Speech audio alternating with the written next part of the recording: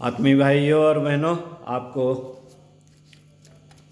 संत Confucius और ज्ञानी बुढ़िया के बारे में बताते हैं। आइए सुनते हैं। पृष्ठ 38 से। पुस्तक देखन में छोटे लगे, घाव करें गंभीर। भाग 2। लेखक श्री राम शर्मा आचार्य। एक दिन संत कन्फ्यूशियस के पास उनके कुछ शिष्य जाकर बोले, गुरुदेव, सच्चा ज्ञानी कौन होता है? कन्फ्यूशियस ने कहा, सब लोग बैठ जाओ, अभी बताते हैं। यह कहकर उन्होंने शेष दिनचर्या पूरी की और कपड़े पहने। फिर सब शिष्यों को लेकर एक ओर चल पड़े। सब लोग एक गुफा के अंदर प्रविष्ट हुए। वहां एक महात्मा निवास करते थे। जप, तप और चिंतन में अपना समय बिताया करते थे। कन्फ्यूशियस ने उनको प्रणाम किया और एक ओर बैठ गए। फिर शांत होकर पूछा, भगवान, हम लोग आपके पास ईश्वर का ज्ञान प्राप्त करने आए हैं। बताइए, वह कौन है, क्या है, कहाँ रहता है? महात्मा बिगड़ उठे, तुम लोग यहां मेरी शांति भंग करने क्यों आ गए? भागो, मेरे भजन में विघ्न पड़ता है। कन्फ्यूशियस शिष्यों को लेकर बाहर निकल आए। उन्होंने कहा, एक ज्ञानी तो यह है जिन्होंने संसार से आंखें मूंद ली हैं। संसार में सुख दुख की परिस्थितियों से अशांत, एकांत में शांति की इच्छा रखने वाले यह संत छोटे दर्जे के ज्ञानी हुए। और अब वे एक गांव में पहुंचे।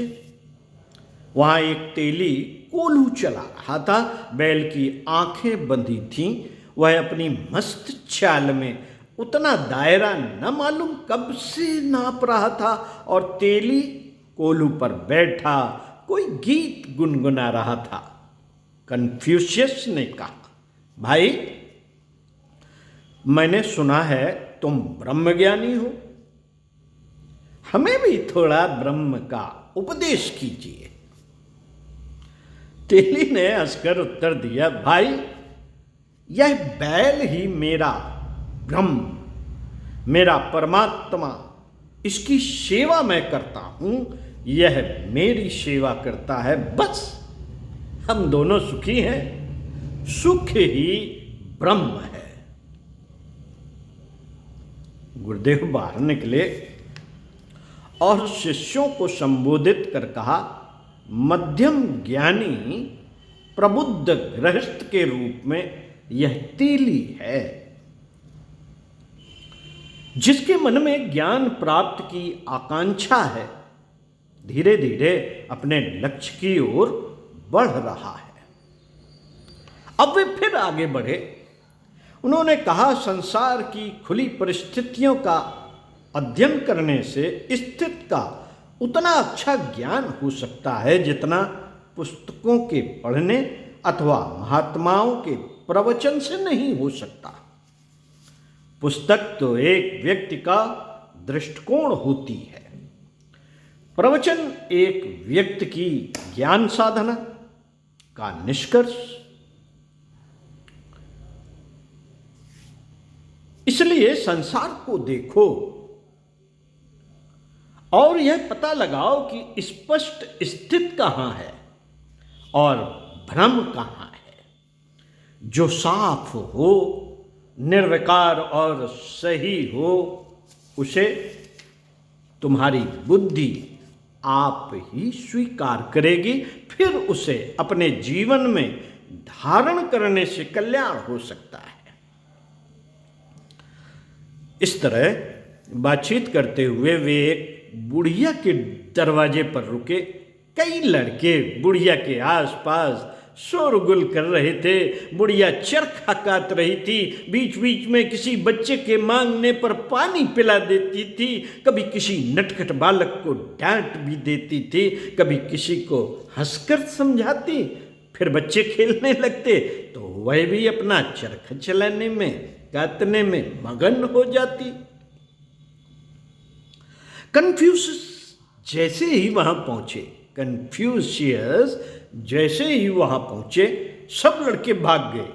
उन्होंने पूछा, माता जी आप कृपा कर यह बताइए, क्या आपने ईश्वर देखा है? बुढ़िया मुस्कुराई, हाँ हाँ बेटा, वह अभी यही खेल रहा था, आपको देखते ही भाग गया। वह निरर्थक शोरगुल, बच्चों का रूठना, मेरा मनाना, फिर हंसना, फिर विनोद, यही तो ईश्वर था जो तुम्हारे यहां आते ही चला गया। कन्फ्यूशियस शिष्यों को साथ लेकर घर लौट पड़े। उन्होंने बताया, निष्काम ज्ञानी के रूप में यह बुढ़िया सच्ची ज्ञानी है, जो ज्ञान का संबंध किसी उपयोग या लाभ से नहीं जोड़ती, उसे उन्मुक्त रखकर स्वयं भी मुक्त भाव का अनुभव करती है। गुरुदेव भी एक प्रवचन में यही बता रहे थे कि गायत्री माँ का पूजन करता है, प्रसन्न हो गई गायत्री माता, देख लिया, नहीं साहब नहीं दिखी, दिखेगी भी नहीं। क्यों साहब, क्यों? तू चलते फिरते देवी को तो पूजता नहीं है, उसकी पूजा नहीं करता, उसको मानता नहीं। बोले चलती फिरती क्या गुरुजी? बोले वो तेरे घर में माँ बैठी है ना, चलती फिरती गायत्री माता, उसकी सेवा कर। वो लक्ष्मी ही बैठी है तेरी पत्नी के रूप में, उसको झड़कता रहता है, उसकी सेवा कर, पूजा कर। अरे वो तेरे बच्चे राम कृष्ण पार्वती के रूप में भेजे थे तेरे घर में, खेल रहे हैं, उनमें तू देखता नहीं है? राम कृष्ण तेरे दरवाजे पे खेल रहे हैं, घर में खेल रहे हैं, उनकी पूजा कर, हृदय मंदिर में बिठाल और उनकी पूजा किया कर, वही भगवान है। तो भगवान को कहीं भी देखा जा सकता है साथियों, यही निष्काम ज्ञान है। ओम शांति।